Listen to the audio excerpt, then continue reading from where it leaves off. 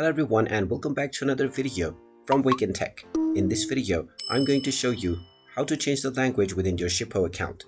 So let's get started right away. First of all, open up your web browser and then in the address bar type in goshippo.com and press enter. You will now be taken into the official Shippo website. Now click on the login button at the top right corner, and if you haven't logged in already, just use your email address and your password to log in. Once you are logged into your account, click on the gear icon at the top right corner, which will take you into the settings page. From this page, scroll down and tap on Profile within the account section. Within this section, you will find the language option. Go ahead and click on the drop-down menu alongside the language, and you will be able to choose from the list of available languages. Click on your preferred language, and this will change the language interface.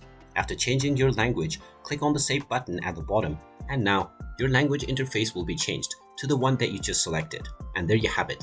That is how easy it is to change your language on Shippo. If you find this video helpful, make sure you hit that like button and subscribe to our channel if you haven't done so already.